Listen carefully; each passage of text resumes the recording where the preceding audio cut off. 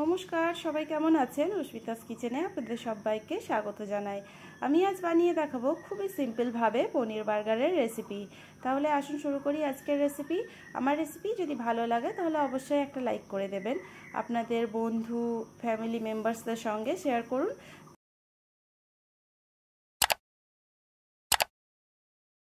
মার্কেটে গিয়েছিলাম, বার্গার বানস নিয়ে এসেছি একটা প্যাকেট।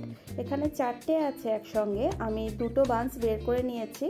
2টো বানসেরই আমি এখানে বার্গার বানাবো। এবার মাঝখান থেকে এই বানসগুলোকে কেটে নিতে হবে।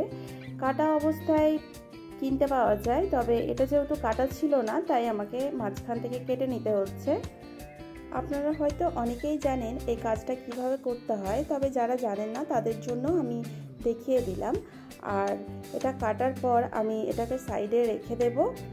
এবার আমি পনির নিয়ে নেব 100 গ্রাম। এখানে 100 গ্রাম পনির নিয়েছি। পনিরটাকে আপনারা আপনাদের ইচ্ছা মতো কেটে নিতে পারেন।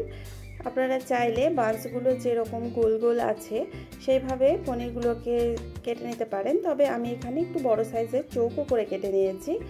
এবার একটা বাটি নিয়ে নিয়েছি, ওর মধ্যে 1 টিস্পুন আদা, রসুন আর কাঁচা লঙ্কার পেস্ট দিয়ে দিলাম। দিয়ে দিচ্ছি 1/2 টিস্পুন হলুদ গুঁড়ো, 1/2 টিস্পুন দেবো কাশ্মীরি লঙ্কার গুঁড়ো। আপনারা যদি একটু ঝাল বেশি খান তাহলে ঝাল লঙ্কার গুঁড়ো 1/2 টিস্পুন দিয়ে দেবেন। আমচুর পাউডার 1/2 টিস্পুন দিয়ে দিলাম। আমচুর পাউডার বাড়িতে না থাকলে চাট মশলা দিতে পারেন, এতে করে টেস্টটা খুব ভালো আসে। কিছুটা পরিমাণ ধনেপাতা কুচি দিয়ে দিয়েছি, তবে ধনেপাতা কুচি যদি না থাকে তাহলে এটা বাদ দিয়ে দেবেন।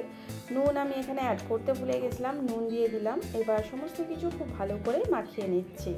মাখানো হয়ে গেলে পনিরের টুকরোগুলোকে সমস্ত দিয়ে দেব এই মশলার মধ্যে। দেওয়ার পর এই মশলা দিয়ে কোট করে নেব। মশলার সঙ্গে পনিরটাকে খুব ভালো করে মাখিয়ে নিতে হবে। একদম হাত দিয়ে আমি ঘষে ঘষে খুব ভালো করে মাখিয়ে নিচ্ছি। এই রেসিপিটি বানানো ভীষণ সহজ আর খেতে ততটাই টেস্টি হয়। বাচ্চারা হয়তো খুব বায়না করছে, আমাদের হাতে সময় ভীষণ কম, তখন ইনস্ট্যান্ট এই রেসিপিটি বানিয়ে বাচ্চাদের খুশি করা ভীষণ সহজ। এবার এই সমস্ত মাখা হয়ে গেলে আমি একটা তাওয়ার মধ্যে 1 টেবিল স্পুন বাটার দিয়ে খুব ভালো করে তাওয়ার মধ্যে লাগিয়ে নেব।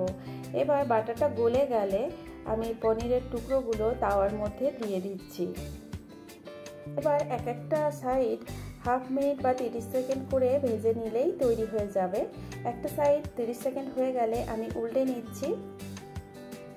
এভাবে আপনারা বাড়িতে বানিয়ে দেখবেন, ভীষণ খেতে সুন্দর হয় আর গন্ধটাও খুব সুন্দর বের হয়েছে।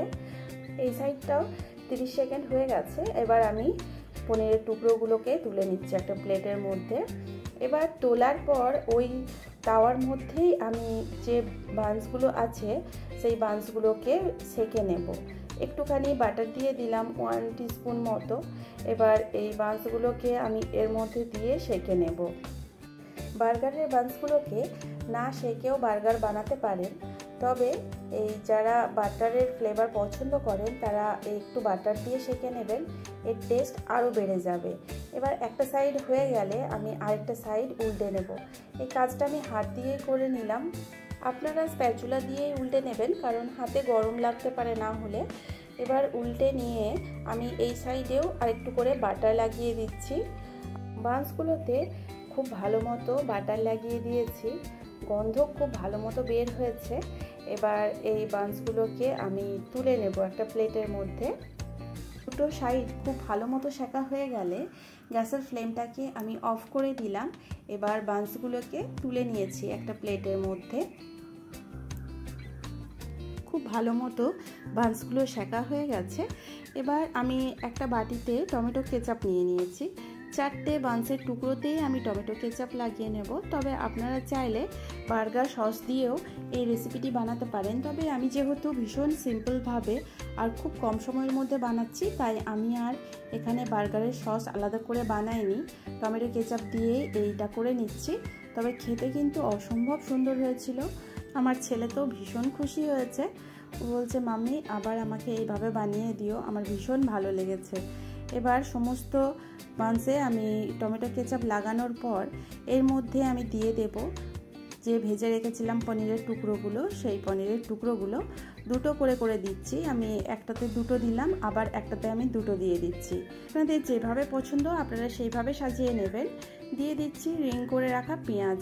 পেঁয়াজটা কুচি করে এই বার্গারের মধ্যে দিলে একদম ভালো লাগে না, এভাবে রিং করে তারপর দেবেন।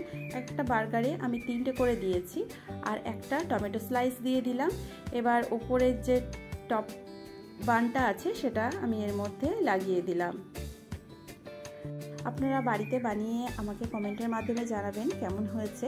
আর আপনাদের দেখিয়ে দিচ্ছি কতটা লোভনীয় দেখতে হয়েছে। দেখুন, বাচ্চারা ভীষণ খুশি হবে, বড়রাও কিন্তু ভীষণ খুশি হবে এভাবে বানিয়ে দিলে। সময়ও ভীষণ কম লাগে। আর আপনারা সবাই খুব ভালো থাকুন, সুস্থ থাকুন। আবার দেখা হবে নেক্সট কোনো ভিডিওতে।